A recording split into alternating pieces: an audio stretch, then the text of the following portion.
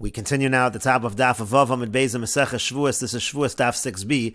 On the previous Amud, the Gemara was searching for where it is that we find that Rabbi Akiva says when it comes to shades of white in terms of tzaras, that you have 4 different shades of white and each one combines with the level right next to it. The idea, according to Rabbi Akiva, would be that it starts by Baheres, that's the brightest, then you have Se'es, then you have Sid Heichel, and then you have Krum Beit. So where do we find the source for that? And the Gemara in the previous Amud brought a statement from Rabbi Chanina. Now Rabbi Chanina was not talking about shades of pure white. Rabbi Chanina was talking about when you have like a mixture of red and white, but that's how Rabbi Chanina phrased it. He phrased it as you have these levels, and so we assume the same is true when we're talking about something that is completely white. But then the Gemara said that's not really true because we have a Brisa. Now the truth is on the previous summit it said Tanya Brisa, but the Bach notes that it really is a Mishnah. We have a Mishnah which says when it comes to this situation of this white that's mixed with red, it says it lists the Baheres together with Sid Heichel. Now, Baheres and Sid Heichel are 2 levels away from one another. The only reason why you would list those together is if you were talking about an Av and Tolda, that the Tolda of Baheres is Sid Heichel. And so that's why the Gemara now continues and says, Ve'im Isa, if it really is true that Rabbi Akiva holds that it's these 4 levels and it starts by Baheres and then comes Se'es, so it should say, Shel Tzemer Deyohemen, it should say that the one that looks like wool, which is Se'es, that's the one that's a little darker than the Baheres.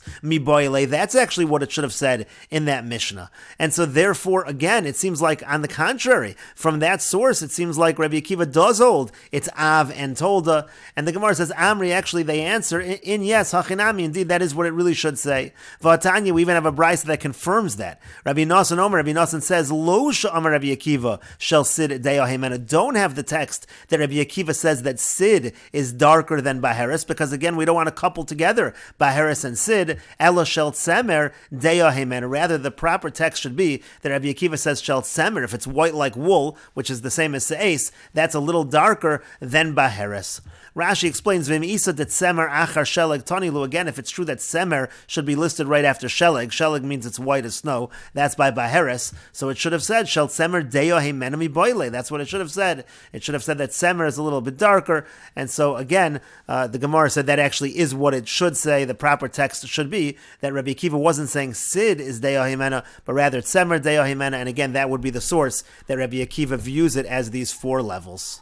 And the Gemara continues, how do we know that Baheres is the brightest white? Amar Abaya says, Amar Kratz, because the Pasuk says, Vim Baheres Levana hi, it says Baheres, which is white, and we darshan hi Levana, that's the one that's white. Vein Acheres Levana, nothing else is as white as Baheres. Baheres is the brightest shade of white. And the Gemara continues, Tanu Rabbanan, the rabbis taught, Baheres Amuka, Baheres is going to look a little deeper. The idea over here is that if something is a brighter white, it looks like it's a little deeper in terms of depth perception.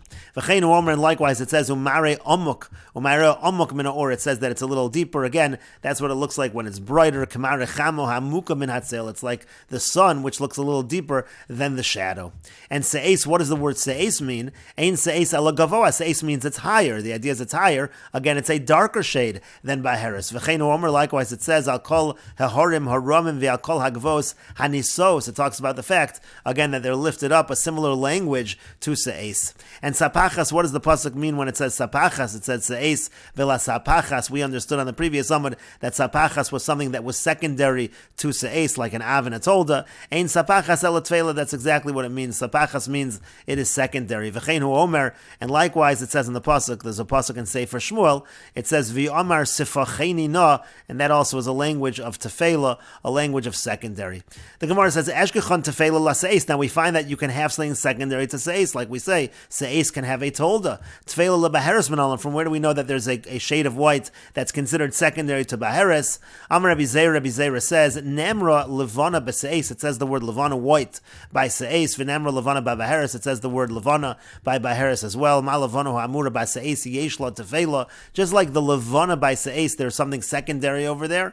Af Levana Hamura by Baheres yesh la tefela. So too the Levana by Baheres, there is a secondary shade of white. The Masniza taught in the Brisa was taught as follows: Hatil hakosav lesapachas bein Se'es leBaheres. The pasuk puts sapachas between Se'es and Baheres lomar lach, to say to you kashem shetefela leSe'es, just like there's something secondary to Se'es, kach tefela leBaheres, so too there's something secondary to Baheres. And the Gemara continues at the two dots, Se'es katzemer lavin. We said earlier again, the Se'es is like the tzemer lavin is like white wool. That was again the Mishnah that was quoted in the Goyim previously. And again, that Mishnah was saying that you have two avos, the Baheres and the Se'es, and each one has something secondary to it. The Baheres has the Sid Heichel, and the Se'es has the Krum Beitza. And the Gemara says, my tzemer lavin, what is this tzemer lavin? What does it mean it's like white wool? Amar Rav Bevi, Amar Rav Asi. Rav Bevi says that Rav Asi says, tzemer naki ben yomo. It actually means the wool of a sheep that's just a day old. Shemechavnin bo lamelas. They would cover it. They would cover that wool immediately so that it wouldn't get dirty, and that was used for garments of fine wool. And the idea over is that kind of tzemer was actually white. It was not sullied. It wasn't dirtied at all. And the Gemara continues. Amar Rav Chanina. Rav Chanina says, "Mashal de Rabbanan lamah davar dama." What's a mashal to what the Rabbanan are saying? Again, as we said above, the Rabbanan are saying that you have Baheres and Se'es. Those are like the avos, and then Baheres has its secondary one, which is Sid Heichol, and then Se'es has its secondary one, which is Krum Beitza. That is comparable to Trei Malchi v'Trei Ifrachi. It's comparable, let's say, you have two kings and two governors. Malko Shalzeh l'mala mi Malko Shalzeh. This king is above that king. V'Farcho Shalzeh l'mala mi Farcho Shalzeh. And this governor is above the other governor. So you have essentially four levels. But the Gemara says that's not a good comparison at all. Hai zel l'mala mi zeh v'zel l'mala mi zeh. That's more like what Rabbi Akiva said, that you basically have just four levels. We're trying to look for a situation where you have an Av and its Tolda, and then another Av and its Tolda. And so the Gemara instead explains like this: Elamalko shelzeh. Rather, what it means is as follows: this king, lamala me'efrachia denafshe, is on top of his particular governor. Umalcho shelzeh lamala me'efrachia denafshe. And again, this king is above his particular governor. That could be a comparison to the way we view the Baheres and the Se'es and each of their toldos.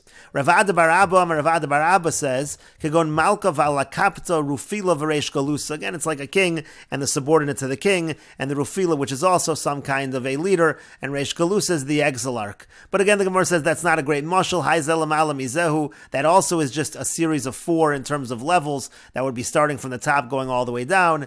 Ela kegon malka v'rufila v'alakapta v'reish galusa. Rather, what it should be is a malka and a rufila, which would be a better comparison. Again, you have a king and the subservient right to the king, and then the alakapta and the reish galusa that's subservient to that.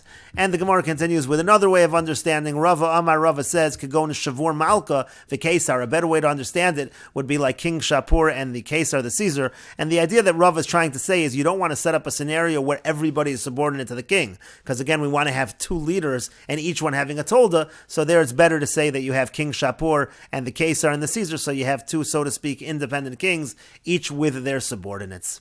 And the Gemara continues, Amarle Rapapa the Rava. Rapapa said to Rava, Hai minayu adif. Of the two that you just mentioned, Shavur Malka and the Kesar, which one is greater? Which one is more powerful? So Amarle, so he said to him, Bechursha ka'achale. Do you eat in the forest? Meaning, are you so disconnected with the world that you don't know who's greater, the Shavur Malka or the Kesar? Po chazi tiva deman sagi bialma. Go out and see which one has money that circulates throughout the whole world. Of course we know that it's Rome, it's the Caesar whose coins circulate everywhere. That's the most powerful. Techsiv, as it's written, it even says so in the pasuk in Sefer Daniel. The pasuk says in Sefer Daniel, "V'seichol kol ara usedushina v'sadkina." It says in the pasuk that again they consume the entire land, talking about the Roman Empire.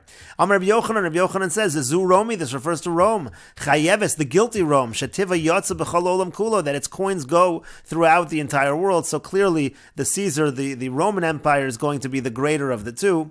And the Gemara continues with one final mashal. Ravina says, "Kagon glima de Omar v'shachke and Sadina de Kisna v'shachke." A mashal could be, let's say you have a wool garment, and then you have a garment that is more torn, that is not as whole. That's like subordinate. And the same thing you can have by a linen garment, and then you may have a worn linen garment that's subordinate to it. And the Gemara continues at the two dots. The Mishnah said, "As sheyesh ba yediyah betchila v'chulo." Again, when it comes to yediyah satum, if you have knowledge at the beginning of the end and a lapse of awareness in the middle, so then we say that if it's done b'shogeg, again, you're going to bring this carbon ola v'yored, and the specific sin that we're talking about is tumas mikdash v'kadosh. If the person is tamei and he ate kodesh or he went into the Beis HaMikdash, and the Gemara says, "Tanu Rabban," and the rabbis taught, "Minayin shein hakasim medaber ela b'tumas mikdash v'kadosh." From where do we know that the pasuk is talking about tuma involving the mikdash or involving kodesh?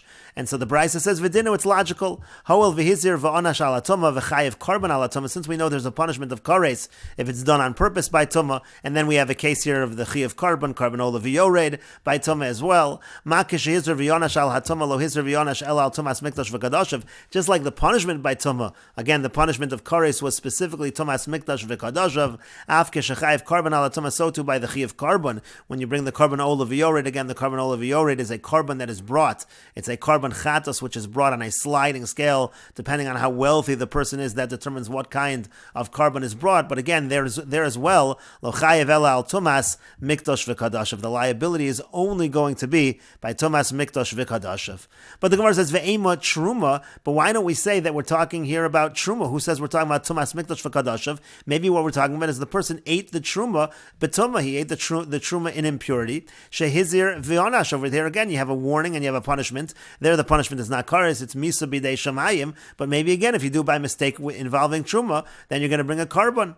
The Gemara says no. Lo eshkechan avon misa dechayev ala karban. We don't find that you have something that's chayev misa b'dei shamayim that you're going to bring a karban chatas. Generally speaking, a chatas comes from something which, if it was done on purpose, then there would have been kares. So then, when it's done b'shogeg, when it's done by mistake, you bring the karban chatas. But the Gemara says not necessarily. Ema hanimili karban kavua. Maybe that's only true by a set karban. Aval, but over here again, we were talking about the karban ola v'yored. We will continue with this discussion in the next video on Daf Zayin Amud Aleph.